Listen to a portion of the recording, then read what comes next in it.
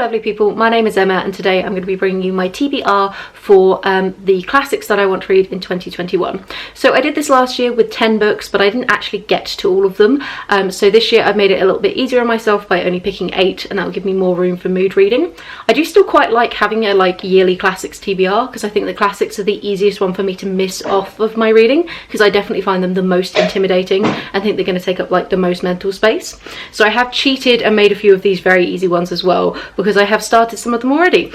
For example, I would really like to get to another Jane Austen this year, and I know that's definitely going to happen because I started Emma, I think either yesterday or the day before. This is on my January TBR. I don't actually know a crazy amount about the particular synopsis of Emma compared to some of Austen's other work. I believe the main character Emma is a matchmaker, and it kind of focuses on her shenanigans of trying to set people up and sort of the mistakes she makes in there. I am actually going to look up a synopsis of this book before continuing, because I'm really struggling at the moment to kind of connect any of the characters. I'm probably only about 7 or 8% of the way through, but I do think that I need a little bit more grounding to know what's going on, and I am listening to it on audiobook. But yeah, so far enjoying, but feel a little bit lost. I potentially might get to Sense and Sensibilities, which is the other Austen I have on my shelf, but this is kind of a bit of a throwaway one. It's most likely to just be finishing Emma and then leaving Austen for another year, because I only like to do kind of one a year or so. Another one that I'm definitely going to get to is Octavia E. Butler. I've been taking part kind of in the Octavia E. Butler slow read along that is happening on BookTube. I will link all the details down below of the various hosts and where you can find out more information, but it's about trying to read all of Octavia E. Butler's back catalogue over the course of about 2 years, doing one book every 2 months or so. I've joined in the sense that I've been reading a lot more Octavia E. Butler, but I have not actually followed their schedule because I jumped in with some different series and basically I'm reading everything out of sync.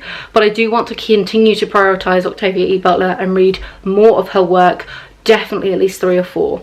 The next one that I have actually to hand is Bloodchild, which is a collection of short stories, which is not normally my cup of tea, but I'm willing to give it a go. I'm also really interested in Fledgling, which is one of her vampire books, and she has a lot of really fun sci-fi, so I'll jump into another one of her sci-fi mini-series at some point, but I don't know which ones yet. One that was on my TBR for last year that I'm actually kind of annoyed at myself for not getting to is a Russian classic of some sort. This has been appearing several times now, and I seem to have a bit of a weird mental block, so I just need to pick one up and commit.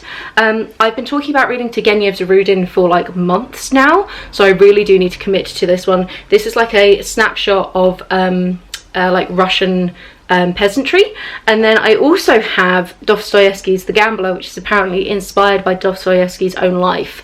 So both of these are relatively high priority. I do have a few other things on audiobook and a few other things on my shelf. I'll be doing that thing where I accidentally collect one particular sort of subgenre, this one being Russian classics, without actually reading any of them, so I do definitely need to actually get some of these off of my TBR fairly soon. I've got a wonderful little habit at the moment of reading a Bronte a year.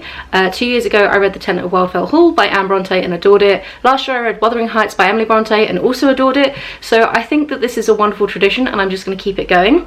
So I have 2 options. I could read Jane Eyre, which is by Charlotte Bronte, and then I'll have done at least one from every single sister, which would be really good. Or indeed I could just go for Agnes Grey, which is Anne Bronte's other book, but then that would leave me with literally only Charlotte Bronte's work left, which I don't know if I actually want to do that as my way of kind of approaching their reading of the Bronte kind of canon as such. So it's going to be between one of these two, but I'm leaning more towards this one. I've also inadvertently been reading a Daphne du Maurier every year. I read Rebecca 2 years ago and thought that it was fantastic. The twist in the middle is just, oh my god, amazing.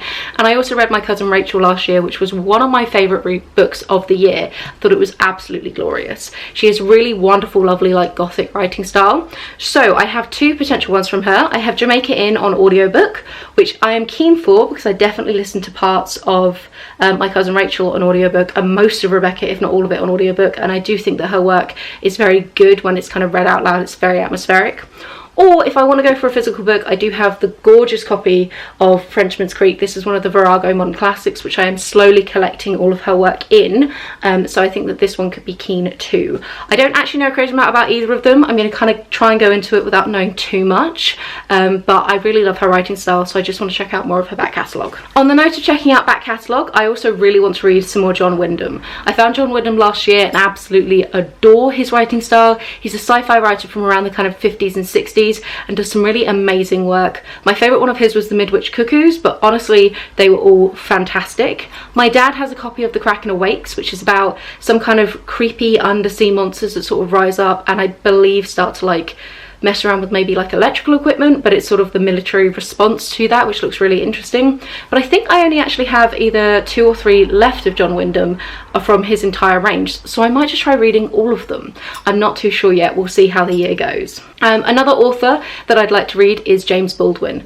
I read Giovanni's Room last year, which is a glorious tale of kind of a torrid love affair between 2 men in Paris.